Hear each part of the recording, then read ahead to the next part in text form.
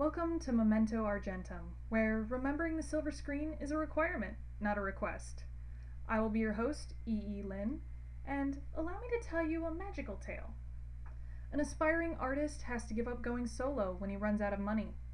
Going back to his old job of painting album covers for musicians, he runs across a very pretty face. In pursuing her, he also befriends an old musician who's looking for something to do in retirement. While she may not be as she seems, she's also encouraging the artist and his new friend to try something neither of them could have come up with on their own. Xanadu was released in 1980 and stars Gene Kelly, Michael Beck, Olivia Newton-John. It's rated PG. This was a request from a subscriber due to Olivia Newton-John's fight with cancer.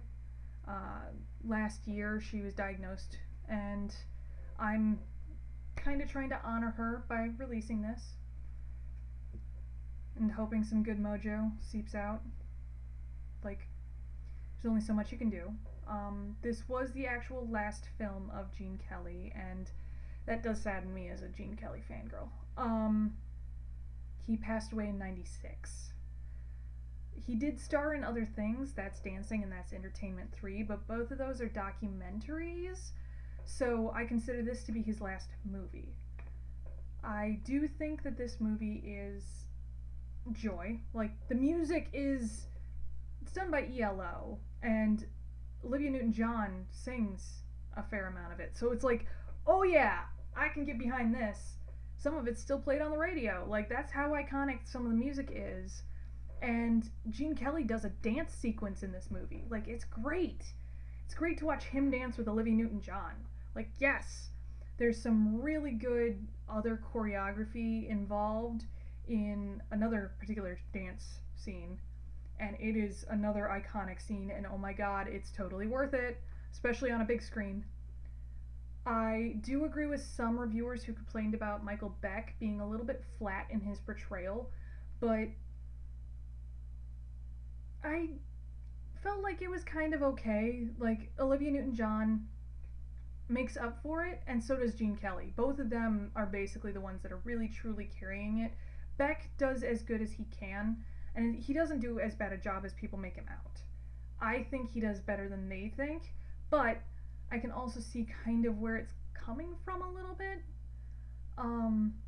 But I also think that they're being overly critical.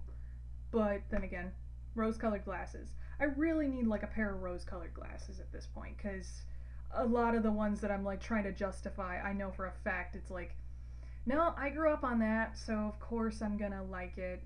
I know that this flopped originally. I do. But I think that's just because people are stupid. I really enjoyed this. It kind of cemented my love for both Gene Kelly and Olivia Newton-John. Also cemented my love for ELO, because I totally rock out to them still. Why wouldn't I? They got good music. I think that people who like musicals will enjoy this. I don't know. I think it depends on if you're looking for an 80s musical, because this is very 80s. It's kind of like Breakin' and Breakin' 2. Although I think this is better quality. Xanadu is better quality than Breakin' and Breakin' 2. Partly because of Gene Kelly and Olivia Newton-John. But if you're looking for like an 80s musical, this is a good one to go to. Aside from, you know, the classic Grease. Okay? The music is good in Grease. That's about it. I like the story better in Xanadu, but then again, I grew up on sci-fi and stuff, and fantasy, so of course I'd like Xanadu a little bit better, because it is more fantasy-oriented. If you enjoy my reviews, please don't be afraid to subscribe. If you want to show me some love, go ahead and join my Patreon. Speaking of which, Mandy, you awesome. Thank you so much for, supporting me. Finally, join me next time for A Hole in the Head, starring Frank Sinatra. Yeah, old Blue Eyes. Until then, adieu.